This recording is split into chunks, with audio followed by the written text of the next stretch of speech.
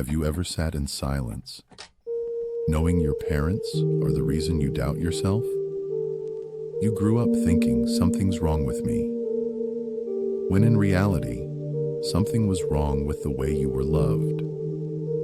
If your childhood made you constantly apologize for asking freedom, for being expressive, for being talkative, this video is for you.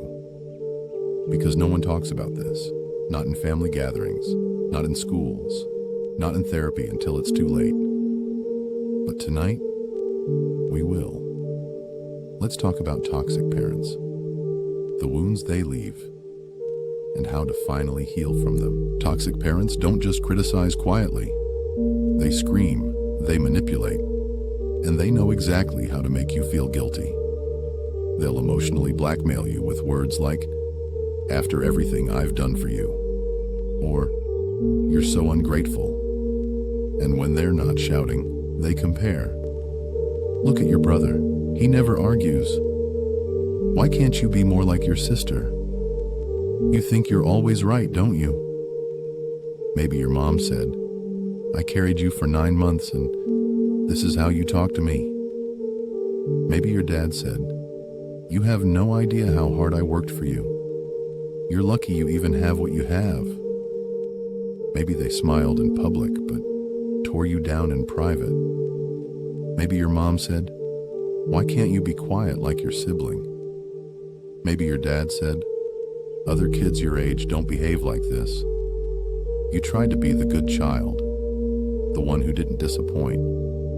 You learned to hide your emotions because emotions got you punished. That's not love, that's control. And the worst part, you still crave their approval, even now, even after all the pain. When you grow up with toxic parents, you become a master at pleasing people, even at the cost of your own peace. You start saying sorry for things that aren't even your fault. You overthink before speaking.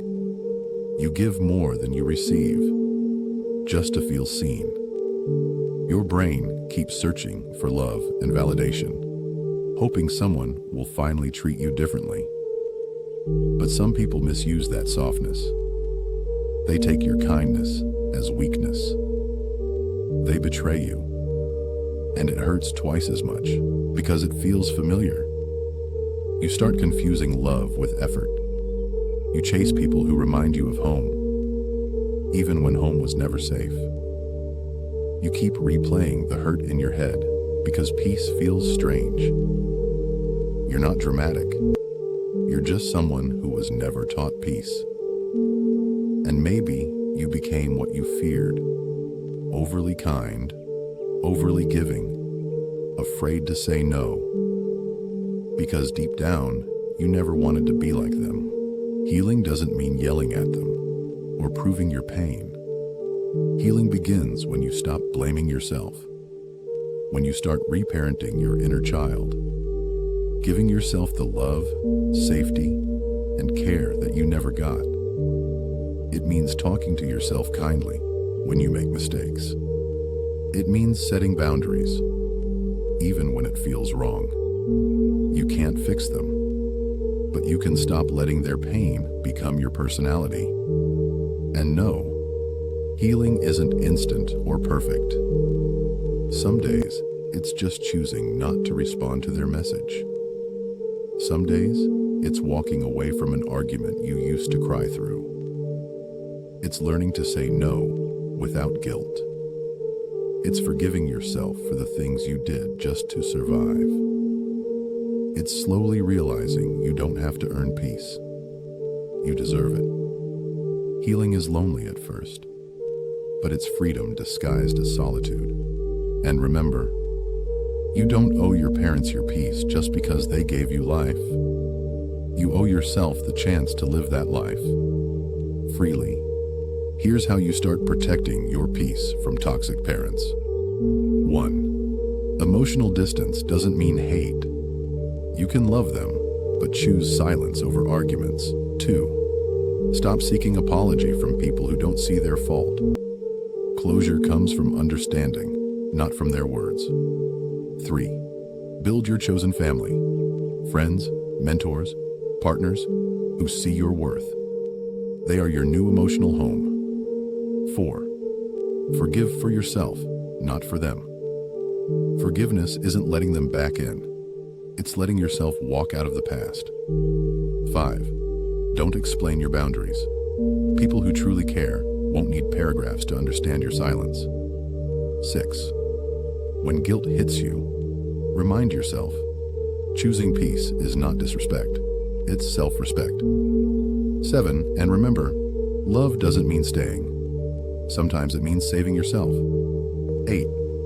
Protect your mental space. Mute, block, or limit contact if needed. 9. Remind yourself daily, your happiness is your responsibility, not theirs. 10. Keep a journal to track emotional triggers and celebrate small victories.